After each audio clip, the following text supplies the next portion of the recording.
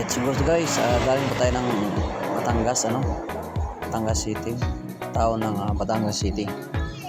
So napakaganda nga tanawin dito, grabe. May bagong ginagawa pa dito, hindi pa rin tapos. Yung tinatawag nila na Skyway, Sky. Bakit sa Sky? Dumadaan talaga sa Sky sa Batangas ito, makikita ninyo napakalawak yung ginagawa nila dito. Kumbaga sa pinapalawak yung daan para iwas traffic dito sa Batangas City, taon ng Batangas City. Napakaganda tanawin dito. So ayan yung lalim ng tulay. Napakalaki. Kung nakikita ninyo, ang dami na daming mga sasakyan. Grabe dito, sobrang tindi ng ingay, sobrang dami ng sasakyan. Yan, kung nakikita ninyo, yan sa ilalim na tayo, napakalaki. Yan yung exit. Dito na tayo sa papunta na tayo ng Lipa City tayo. So pauwi na kami dyan. Grabe, napakagandang view. So pinaspasan natin guys, para mas madali tayo dito. Yan, medyo palibasa ay single tayo. Umiiwas-iwas tayo sa traffic, sumisingit-singit lang tayo. Pagalingan na lang dito. Ayan, yung intersection. So papasok na tayo. Konting bilis-bilisan natin. Ganyan pa tayo guys. Hindi naman matulin, medyo tamang-tamang tulin lang. Magmamadali tayo nito. Yan, yung kung nababasa nyo yan. So welcome na tayo guys dito. Papasok na tayo dito. Minabadali lang natin dito. Samahan nyo ako guys dito, panoorin nito ng buong buo. Napakalinaw naman yung camera natin, yung dashcam natin, para ma-enjoy niyo yung paglalakbay namin. Yan, maganda pa natin. Ayan, ito po yung pinaka-town ng city, SM City yun. Nakikita nyo, SM City yan. Napakagandang SM City. Kung willing kayo pumasyal dito, overpass sila. Nandito na naman tayo ulit sa intersection. Papunta na tayo ng Malbar, taon namin kung saan kami nakatira dito. Hindi naman kasi tanghali kami nagbibiyahe nito. Medyo hindi pa hassle ang biyahe, hindi pa traffic. Ang traffic naman nito mula alas 4 to alas 8 ng gabi ang traffic.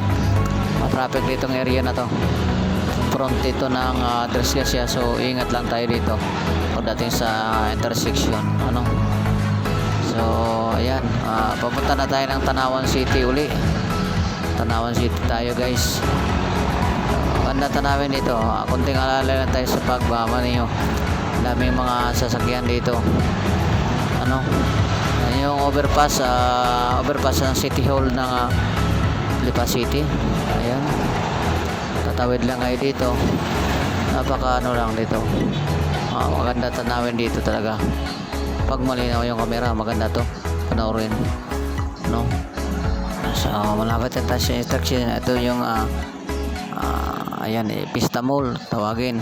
Mayroon itong galing Star Toll, exit po ito papuntang Manila. So makikita nyo guys, itong bus na ito, double ito, may baba, may taas, up and down ito na bus. Yan, napakagandang bus, up and down. Saan ka nakakita ang bus?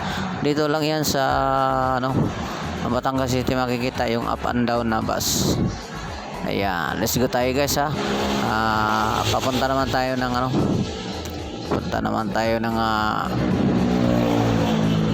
Lima naman tayo nito. Samahan niyo ako ulit, papunta tayo ng Lima. Ayan, so daming overtake dito ng mga sasakyan. Grabe talaga. Dito, kaya ingat-ingat lang sa pagmamaneho. Tayo magmaneho dito. Ayan, so enjoy lang tayo guys. Pagmamaneho, kunting ingat, bilis na pakiramdam.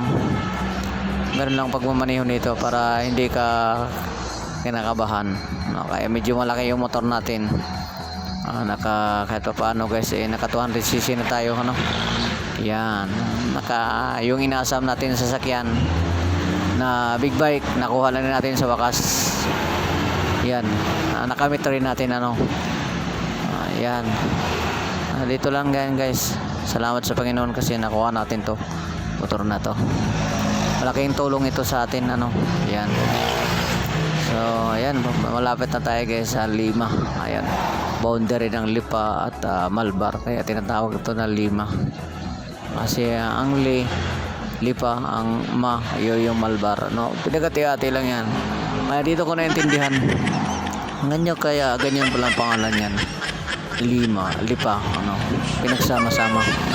Yan, so ayan, nasa Lima na tayo guys. So ayan, kung napapansin nyo guys, yung manghihingi ng pira dyan, matanda naman yan, o pwede naman natin bigyan yan kung willing kayong bumigay dyan. Pero ako sa ganyan, ano na ako dyan masyado kasi expose na tayo lagi araw-araw na dito sa biyahe. Lagi ko nakikita itong matanda na to. Ayun, alam mo guys, yung mga deserving taong tulungan. Ayan, sige po. Ano dapat natin tulungan? Yung talagang hindi, wala nang kakayanan, pero sa edad niyo guys, kaya pa maghanap buhay, ano. Ganun po tayo. Ayan, may pa-music pa yung aking mga kasamaan dito. Ganyan lang po guys. So paano na po tayo guys, ha?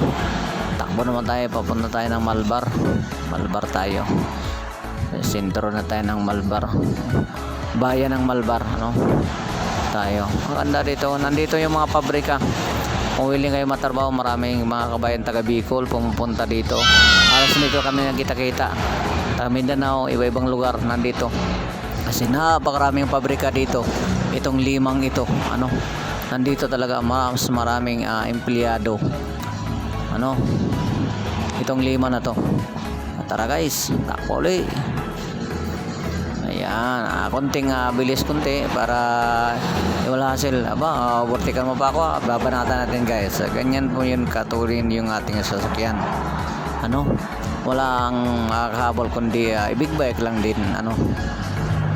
Dito mga pangabot ng rider nito, kawawa lang talaga.